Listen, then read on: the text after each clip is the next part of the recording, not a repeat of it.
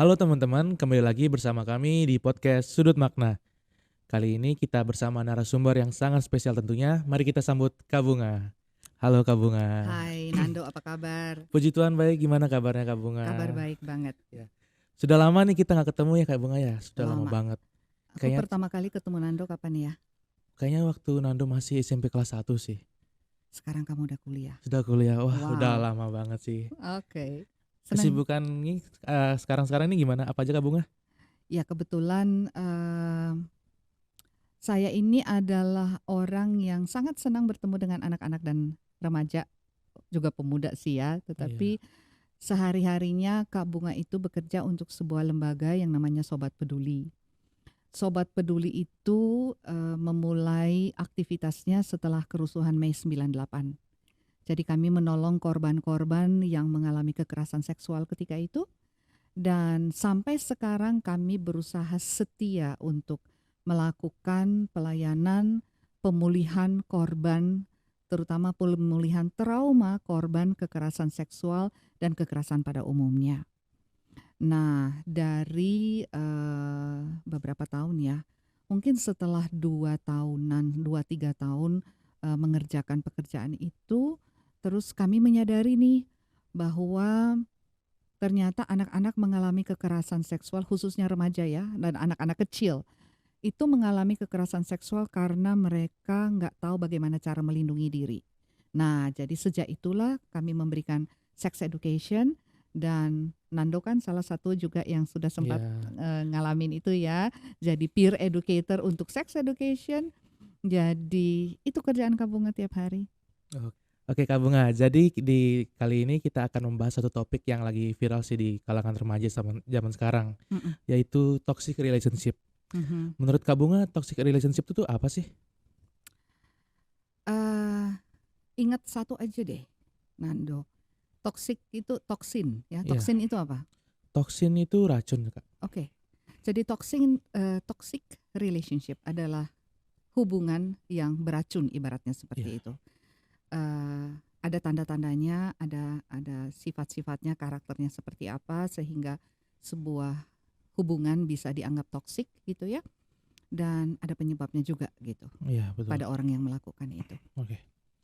Terus ini Kak Bunga, apakah ada perbedaan antara toxic relationship dan sexual abuse itu berbeda atau gimana Kak?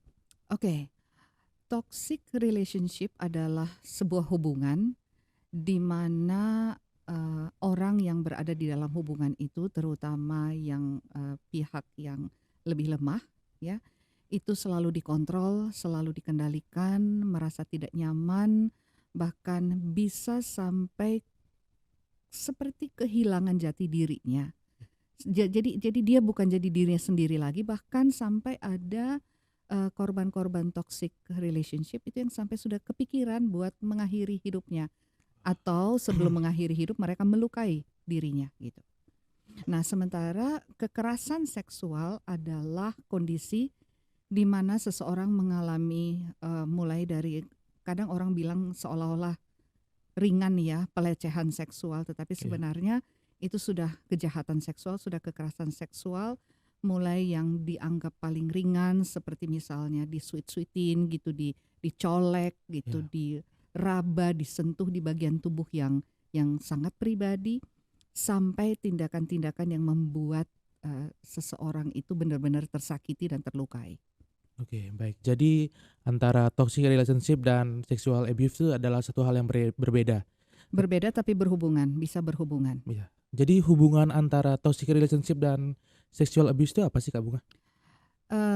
Dalam sebuah hubungan yang toksik, bisa saja kekerasan seksual terjadi, bisa saja sexual abuse terjadi. Oke. Karena segitunya misalnya yang cowok sudah mengendalikan yang ceweknya ya. Jadi dia selalu menuntut, dia selalu meminta, dia selalu mengharuskan, dia dilayani seperti itu. Oke. Apakah itu hanya laki-laki yang dominan? Apakah ada kasus di mana wanita yang lebih dominan Kak Bunga? Ada juga kasus di mana yang perempuan yang lebih dominan, tetapi kebanyakan laki-laki yang lebih dominan. Oke Kak Bunga. Penyebabnya itu apa aja sih Kak Bunga bisa terjadi kekerasan seksual dalam sebuah hubungan, terutama hubungan pacaran Kak Bunga? Oke. Jadi itu bisa dimulai dengan rendahnya rasa percaya diri pada seseorang. Nah, kenapa biasanya ada perempuan-perempuan atau anak-anak remaja perempuan yang rasa percaya dirinya rendah? Karena ketika dia diasuh, dia dibesarkan oleh orang tua, itu adalah pengasuhan yang eh, melakukan kekerasan. Jadi dia mengalami kekerasan juga dari orang tuanya. Atau dia terbiasa hanya dikritik melulu, nggak pernah ada yang benar. Jadi dia berkembang dengan rasa percaya diri yang rendah, dia nggak menghargai dirinya sendiri sebagai seseorang yang berharga. Karena dikritik terus, dihukum terus, dimarahi terus, dicela terus menerus, seperti itu. Jadi semuanya tuh emang berawal dari lingkungan keluarga sih ya Kak Bunga Dari ya? rumah, Nando, Dari rumah memang. dari rumah, dari keluarga, dari orang tua. Oh berarti benar ya Kak Bunga ya, semua itu karakter seseorang berawal dari rumah, dari lingkungan keluarga sendiri? Iya dong, karena kan lingkungan kita yang pertama itu adalah keluarga. Ketika kita lahir di sebuah keluarga. Jadi tempat belajar kita, sekolah kita yang pertama itu adalah keluarga. Dan guru pertama seorang anak manusia itu adalah ayah dan ibunya. Baik. Contoh toxic relationship di konteks zaman sekarang tuh apa aja sih Kak Bunga? Pertanyaan yang bagus banget, Nando. Apalagi selama pandemi atau setelah pandemi ini ya. Banyak banget orang dikondisikan harus pakai HP. Iya. Dan banyak orang tua nggak sadar bahwa ada banyak kekerasan melalui media sosial. Contoh aja misalnya, bagaimana seorang cowok itu meminta gambar yang tidak sopan dari pacarnya. Awalnya dengan iming-iming macam-macam gitu loh. Kamu kan sayang sama aku, atau dia ngirim duluan gambar tentang foto tentang dirinya, bagian tertentu dirinya. Kamu ngerti ya yang kamu nggak maksud? Iya, ngerti Kak Bunga. Setelah itu dia nuntut yang cewek, kamu juga harus kirim dong, kita kan udah dewasa gitu loh. Padahal mereka masih SMA. Kita kan udah dewasa gitu. Boleh dong pacaran bertukar kayak gini. Nah, padahal nggak lama setelah itu foto-foto itu ya kalau lagi akur-akur, lagi mesra, nggak masalah tuh foto-foto. Tapi giliran lagi marahan, tuh foto bisa dipakai untuk macam-macam. Dan sebenarnya ada banyak, itu istilahnya kekerasan berbasis gender online. Jadi karena kamu perempuan atau karena kamu laki-laki, lalu kemudian mengalami kekerasan yang dilakukan secara online. Dan ini banyak banget. Kak Bunga selama pandemi sempat menangani beberapa kasus dan ada anak yang sampai punya keinginan bukan hanya melukai dirinya tetapi mau bunuh diri karena dia udah capek banget. Kak Bunga, aku udah capek banget, aku nggak sanggup lagi ngadapin ini gitu. Karena pacarnya itu sampai sudah nyebarin foto-foto dia di medsos gitu. Jadi gimana ya? Itu benar-benar amat sangat mempermalukan dia gitu. Jadi remaja-remaja dan anak-anak muda harus tahu, jangan sembarangan memberikan foto tentang dirimu, apalagi bagian-bagian pribadi tubuhmu yang sebenarnya ya hanya boleh dilihat oleh pasanganmu nanti, suami atau istri ketika menikah kan. Iya. Jadi kalau udah dari sekarang seperti itu terus gimana gitu. Jadi ini juga menjadi semacam warning bagi kita bagaimana menjaga dan menghargai tubuh sendiri. Kalau orang itu memang sayang, kalau pacarmu memang benar-benar mencintai kamu, dia nggak akan minta yang aneh-aneh yang sebenarnya menunjukkan bahwa dia nggak respect, dia nggak menghormati dan nggak menghargai kamu. Karena minta yang begituan menghargai nggak, Nando? Ya tentu saja tidak. Nah itu dia, ya. Jadi hal-hal seperti itu. Nah, di samping itu yang berhubungan dengan medsos adalah ada beberapa aplikasi antara lain MiChat yang pernah dipakai untuk menjual seseorang. Jadi Kak Bunga pernah nangani bagaimana seorang anak dijual oleh temannya. Sebenarnya yang dijual adalah keperawanan dia. Jadi dia dijual, lalu kemudian dapat 25 juta, tapi anak ini hanya diberi 5 juta dan itu melalui online gitu. Jadi jahat banget bagaimana dalam hubungan yang toksik seperti ini media itu dipakai dan mungkin mulai dari sleep call. Kamu tahu ya sleep call, jadi Tahu kamu. kita tetap online walaupun sudah ngorok, walaupun sudah tidur, nah nggak tahu kakinya kemana, tangannya kemana, tidurnya nggak karuan, tetapi pokoknya jalan terus dan wifi jalan terus gitu. Tapi itu mulai dari yang seperti itu, mulai dari pemakaian medsos yang juga eksesif gitu ya, dan media-media seperti TikTok, seperti Instagram, kalau dicermati, kamu masih ingat nggak di pelatihan kita? Bagaimana kalian sebenarnya juga menemukan gambar-gambar yang tidak sopan itu melalui aplikasi-aplikasi itu kan? Iya, walaupun itu media pembelajaran kamu. Walaupun itu media pembelajaran, tetapi ketika orang sering membuka konten yang seperti apa, maka dia akan di-feed juga, dia akan diberi juga konten-konten seperti itu. Seperti otomatis gitu ya. Iya. Oke. Itu memang algoritma, itu memang sistem yang ada di Google gitu. Jadi Wah, ternyata media sosial itu sangat berpengaruh banget ya Kak Bunga. banget. Dan kehidupan kalian anak-anak muda sekarang, remaja, bahkan anak-anak rasanya udah nggak bisa dipisahkan dari media sosial. Ya, sepertinya media sosial itu bukan sebuah keinginan tapi kebutuhan kembali. Tapi kebutuhan yang seperti apa dan bagaimana memanfaatkannya benar-benar harus bijaksana, dan orang tua seharusnya mendampingi anak-anak dalam hal ini. Iya, betul banget Kak Bunga. Sekarang ini Kak Bunga, kan Kak Bunga tentu saja sudah banyak menangani berbagai kasus, terutama kekerasan seksual kan Kak. Tanpa menyebutkan nama, Kak Bunga bisa ceritain nggak salah satu kasus atau contoh kasus yang Kak Bunga tangani selama ini mengenai kekerasan seksual dalam hubungan pacaran? Oke. Salah satu kebetulan itu kasus yang berhubungan dengan Bali. Wah, betul. Jadi anak ini kebetulan sekolah di tempat lain gitu ya, tetapi aslinya dari Bali. Entah apa yang terjadi dalam proses tumbuh kembang dia, dalam perkembangan dia, dalam pembentukan karakter dia, tetapi kemudian dia ketemu dengan seorang cowok yang kelihatannya penyayang banget awalnya, tetapi lama-kelamaan ternyata sangat posesif. Jadi posesif tuh gini Nando, misalnya Nando ini seorang yang posesif. Nando gak akan membiarkan pacar Nando itu bergaul dengan orang lain. Pacar Nando itu hanya boleh menemani Nando.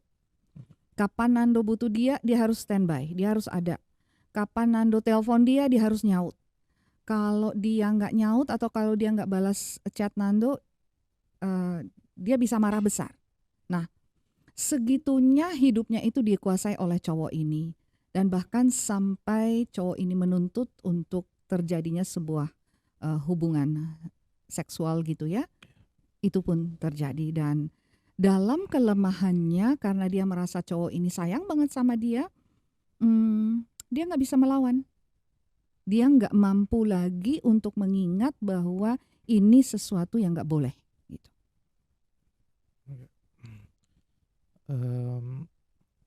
Itu ada kemungkinan nggak sih Kak Bunga, dia si perempuan itu lebih tidak mau mengakhiri hubungan itu karena dia telah mengasih, intinya bahasa kasarnya keperawanannya dia Kak Bunga? Yes.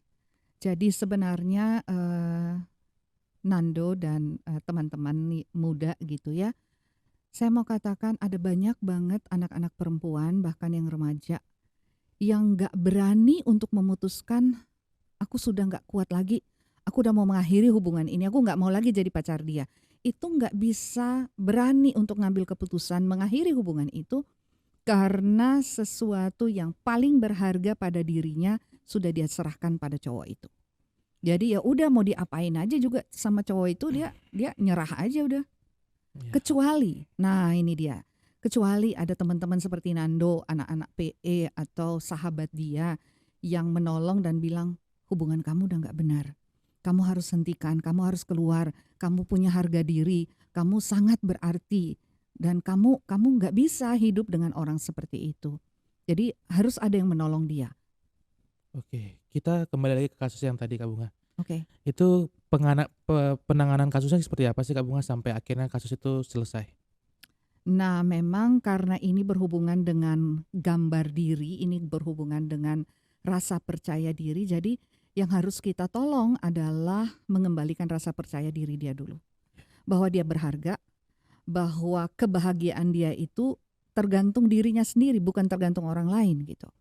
Jadi amat sangat keliru kalau seseorang itu menganggap atau berprinsip bahwa kebahagiaan aku itu tergantung pada pacarku atau kebahagiaan aku tuh tergantung pada teman-temanku. Nggak bisa. Kebahagiaan kita itu tergantung pada kita sendiri. Kita yang menentukan. Iya betul. Kita tuh senang, kita tuh bahagia, kita tuh happy apa enggak gitu. Bukan terhadap orang lain gitu. Nah, itu yang harus ditolong pelan-pelan, dan bahwa dia sangat berharga gitu ya. Dan dia punya masa depan.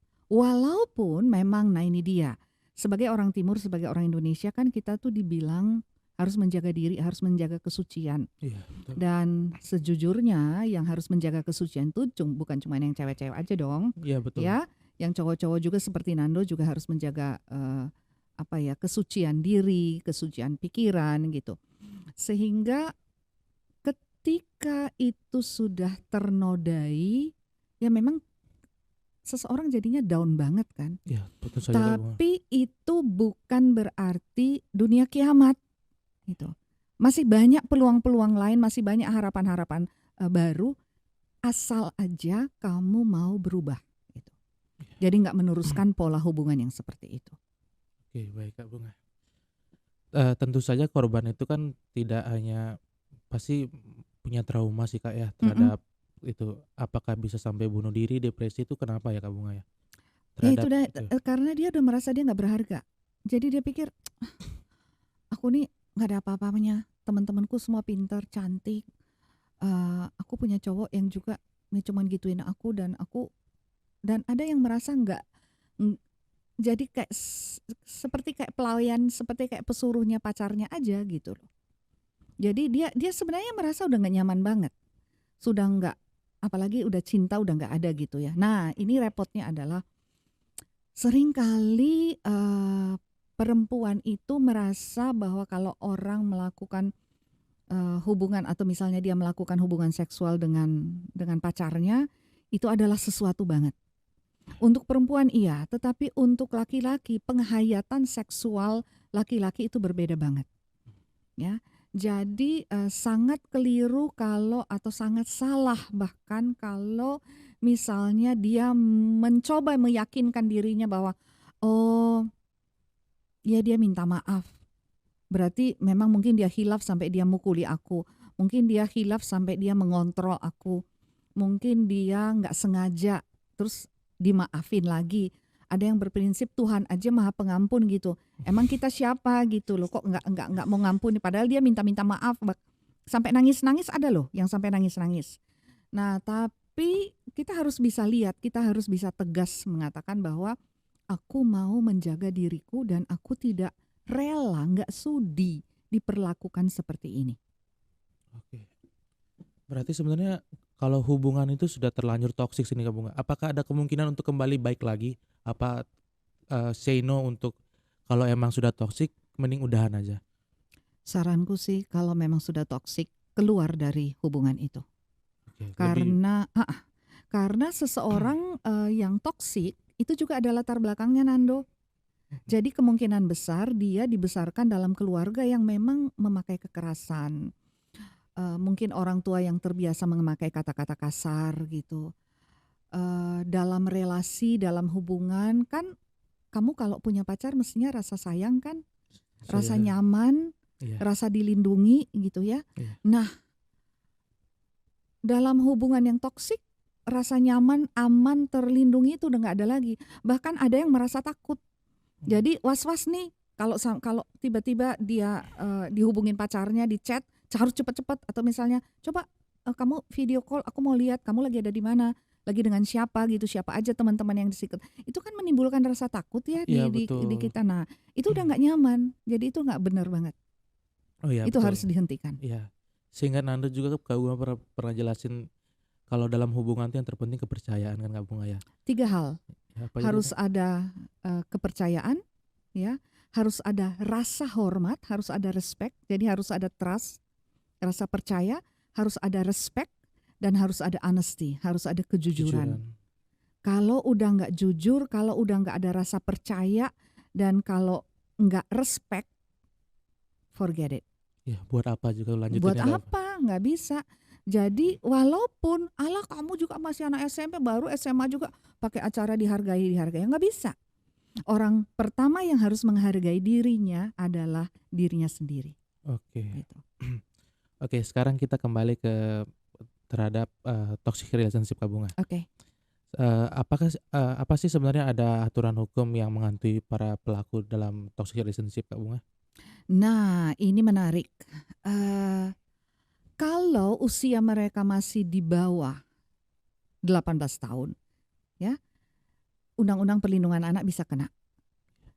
Tetapi repotnya kalau sudah dianggap dewasa, karena ini belum sepenuhnya tercover di Undang-Undang PKDRT. Tetapi yang jelas itu berhubungan dengan kekerasan. Apalagi sampai ada bukti-bukti. Nah ini penting banget Nando dan teman-teman semua, saya mau katakan bahwa kalau ada sesuatu, jadi sebenarnya kan chat-chat yang jahat, yang kasar, yang kotor itu kan bisa kita simpan. Iya. Itu bisa jadi bukti tuh. Atau sempat ditampar, sempat dipukul sampai ada biru lebam, foto aja. Foto tapi supaya aman, nggak di-delete, kamu kirim ke temanmu yang kamu percaya. Jadi misalnya Nando punya teman nih yang ternyata cowoknya toksik banget. Iya. Nando bisa bilang, kalau ada apa-apa, kamu simpan bukti dan kirim ke aku aman. Kenapa? Karena biasanya cowok-cowok yang toksik juga memeriksa HP pacarnya. Ya, tentu saja sih Kak Bunga ya, apalagi Dia nggak akan posesif itu ya. biarin ada bukti di situ. Oke. Oke, selain itu kan aturan hukumnya. Selain kita melapor ke polisi, sebenarnya apa ada lembaga lain nggak sih Kak Bunga yang tempat kita melapor ketika kita mengalami kekerasan seksual? Ada Nando. Kalau untuk konteks Bali sebentar ya, jadi kekerasan yang terjadi begini, toxic relationship untuk terminologi, untuk istilah yang dipakai di Komnas Perempuan itu adalah KDP, kekerasan dalam pacaran. Itu sama dengan toxic relationship, jadi itu sifatnya. Ada juga yang menyebut itu intimate partner violence. Jadi kekerasan yang dilakukan oleh partner yang intim, partner dekat gitu. Iya. Nah, seseorang yang mengalami itu bisa lapor ke P2TP2A atau UPTD, Unit Pelayanan Terpadu Pemberdayaan Perempuan dan Perlindungan Anak, yang biasanya ada di provinsi, ada di kabupaten kota.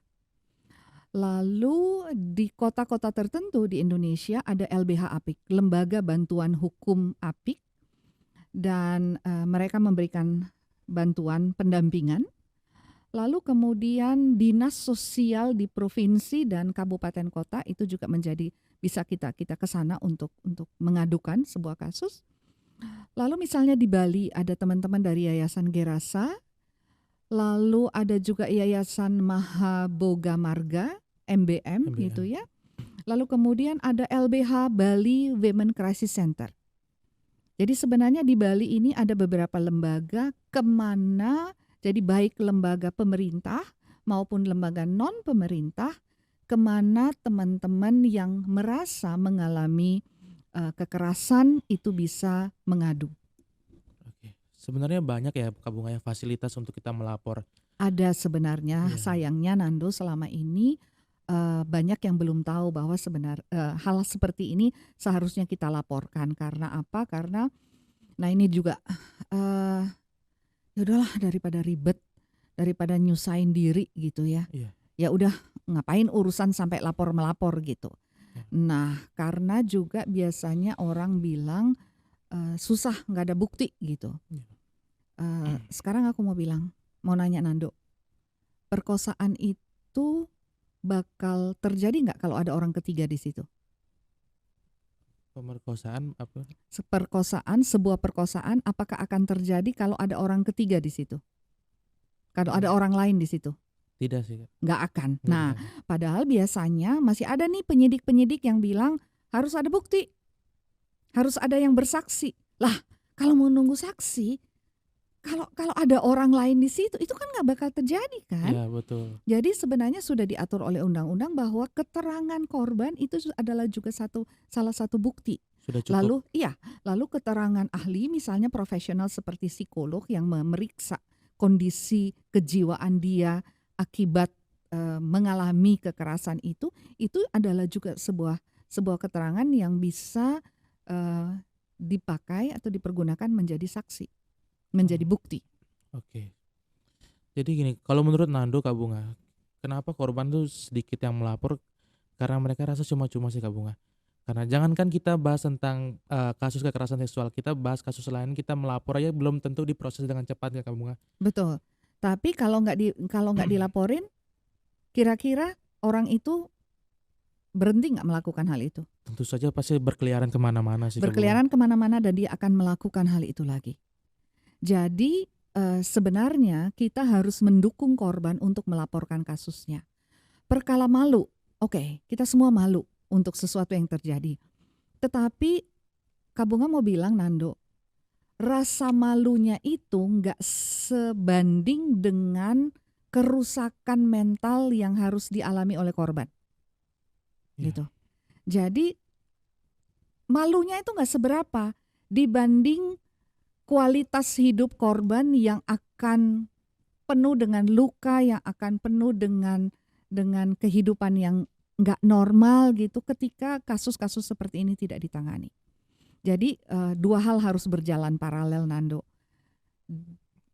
Sebaiknya dilaporkan sehingga proses hukum berjalan dan harus ada pendampingan psikologis supaya kondisi kesehatan mentalnya, kesehatan jiwanya dipulihkan, dibenahi. Ya.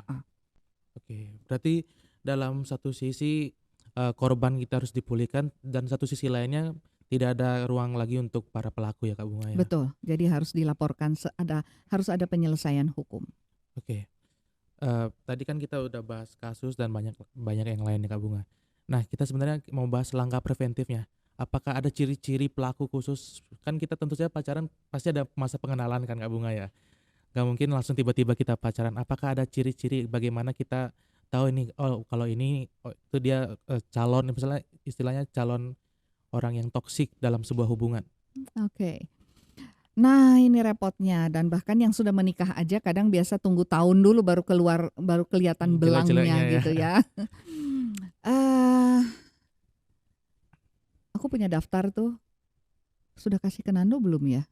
Kayaknya harus kasih ke Nando juga. Iya. Jadi ada 17 kurang lebih tanda-tanda yang dapat dikenali pada seseorang yang potensial melakukan kekerasan.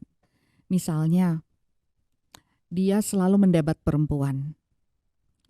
Dia selalu memakai kata-kata kasar. Dia akan melampiaskan kemarahannya kepada binatang kalau marah. Apalagi ya, banyak banget. Banyak ya. Dia akan melempar barang-barang atau memakai barang-barang untuk mengungkapkan kemarahannya. Dan jujur, hanya orang yang tidak dewasa yang memakai barang untuk melampiaskan kemarahannya gitu. Apalagi ya, dia terlalu SKSD, sok kenal sok dekat. Ya.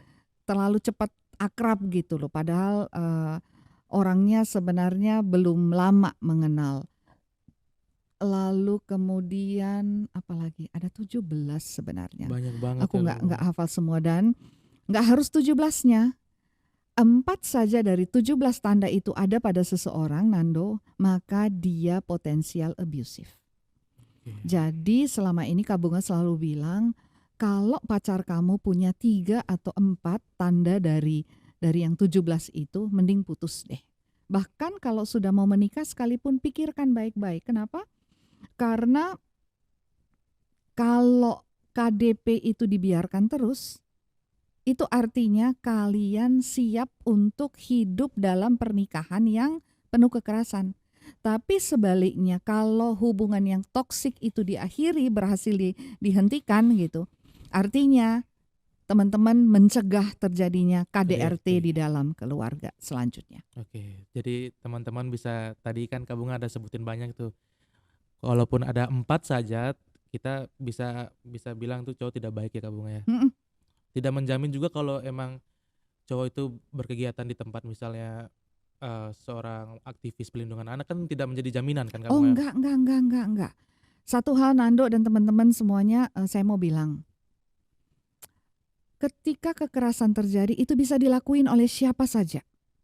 Mau dia aktivis di bidang religius, mau dia aktif dalam berbagai kegiatan di masyarakat, mau dia penilaiannya cakep kayak kamu kayak gini, nggak kelihatan tuh dari luar gitu ya.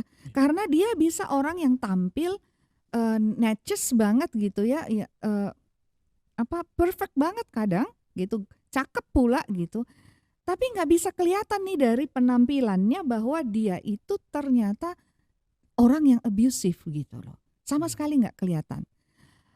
Tingkat pendidikannya nggak jaminan. Agamanya nggak jaminan. Sukunya nggak juga gitu. Jadi ini bisa dilakukan oleh orang dengan agama apapun, bisa dilakukan oleh orang dengan tingkat pendidikan apapun, bisa dilakukan oleh orang dengan suku atau dari suku manapun, itu terjadi di seluruh Indonesia. Itu. Bahkan di seluruh dunia. Iya. Itu berarti kembali lagi terhadap perorangan sih Kak Bunga ya. Kembali tergantung pada karakter seseorang itu sendiri. Betul. Oke, sekarang gini Kak Bunga. Kan namanya juga kita sebagai seseorang kalau udah suka sama seorang, dia nggak peduli lah gimana orangnya mau gimana, bodo amat lah istilahnya Kak Bunga. Nah misalnya kita sebagai teman atau orang tua atau kerabat, gimana sih cara pencegahannya? Kita ngingetin ke teman kita yang kita udah lihat dari awal nih cowok nggak baik nih. Istilah kita ambil sisi dari laki-laki. Ini laki-laki udah laki-laki nggak baik nih. Gimana kita sebagai orang tua atau kerabat atau teman untuk kasih tahu ke teman kita itu kalau itu cowok tidak baik Kak Bunga? Yang pertama, lihat dulu umur dia berapa. Jadi hubungan pacaran dia itu apakah yang masih sekedar untuk main-main aja, masih SMP, SMA gitu ya. Atau sudah mau menjadikan pacarnya itu calon pasangan hidupnya. Itu yang lebih parah lagi gitu. Nah, tetapi apapun itu kita harus mencoba membuka matanya yang lagi ketutup. Matanya yang lagi buta gitu. Kenapa? Karena Nando harus bilang bahwa orang itu, kamu harus bisa sama-sama dengan orang itu 24 jam baru kamu bisa tahu, bahkan 48 jam baru bisa tahu orang itu sebenarnya seperti apa sih aslinya. Jujur ada banyak orang-orang yang setelah menikah beberapa tahun baru kemudian aslinya pasangannya keluar gitu loh. Jadi belum ketahuan. Kenapa? Apalagi sekarang.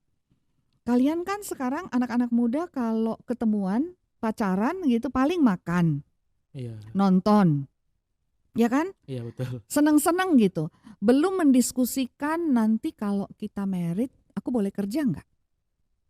Itu kelihatannya sepele.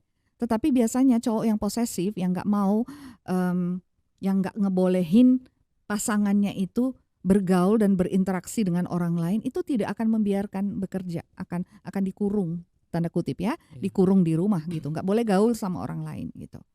Jadi dibuka matanya, kok kamu tahu dia orangnya kayak gitu? Gini deh, kita itu harus mengetahui latar belakang keluarga calon pasangan kita.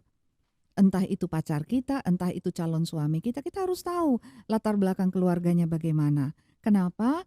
Karena dengan mengetahui latar belakang keluarga, kita tahu kira-kira orang ini diasuh seperti apa, dididik seperti apa oleh ayah dan ibunya, diberi nilai-nilai seperti apa oleh ayah dan ibunya. Itu. Emang nggak ada sih orang tua yang ngajarin anaknya untuk ngemplang orang, untuk tempeleng, untuk pukul, untuk tendang gitu ya. Nggak diajarin kamu harus begini, nggak. Tetapi kalau orang tua mencontohkan itu ya otomatis anaknya bakal begitu. Anaknya akan mencontoh itu juga. Lalu parahnya lagi, biasanya cewek-cewek tuh gini, oh jangan-jangan emang kayak gitu ya kalau jadi perempuan, kita harus patuh, harus tunduk. No, ya. Harus ada yang mendidik, harus ada yang mengingatkan bahwa nggak kayak gitu, nggak boleh seperti itu. Kamu punya harga, kamu punya nilai, kamu punya martabat, dan siapapun nggak boleh ngucek-ngucek kamu, nggak boleh nggak boleh ditekan-tekan, nggak boleh Iya. nggak boleh dilukai gitu loh. Dan jangan salah Nando, cowok-cowok yang toksik juga belum tentu tangan loh, belum tentu kaki. Bisa cuma mulut aja, Secara verbal ya Kak secara Bunga. verbal, atau matanya ngerendahin gini, apaan lu gitu. Itu sudah nggak enak banget kan? Oke. Eh, Sekarang ini Kak Bunga. Ada sih apakah ada pesan Kak Bunga untuk remaja zaman sekarang tentang toxic relationship Kak? Oke.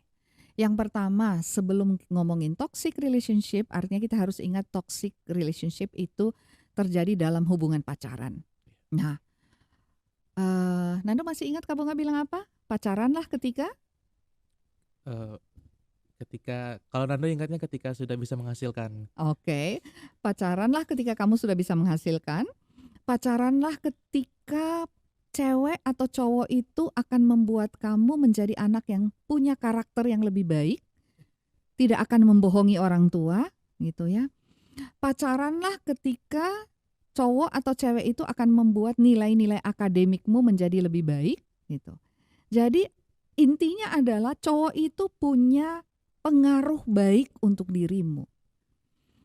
Contoh yang paling sederhana aja.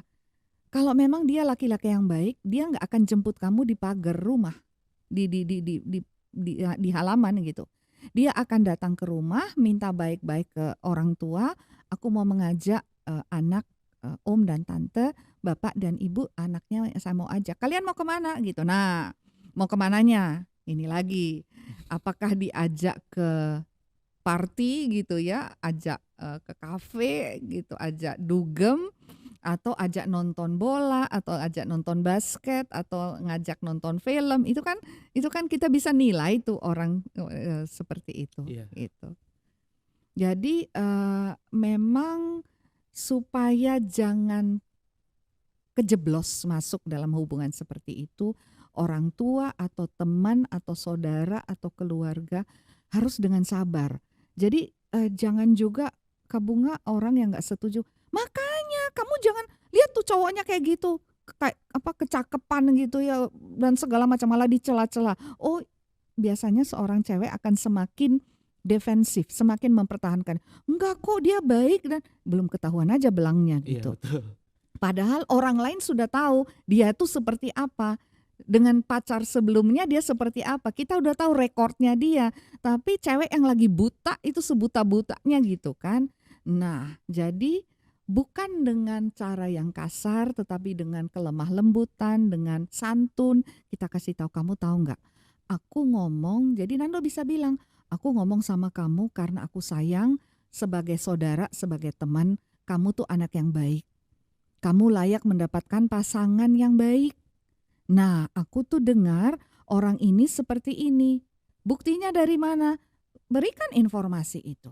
Supaya dia mulai berpikir. Karena yang akan memutuskan kan dia, bukan Nando. Iya betul. Nah, jadi diajak untuk, dia harus didorong untuk membuat pilihan-pilihan yang bijaksana. Untuk dirinya sendiri, bukan untuk Nando kan?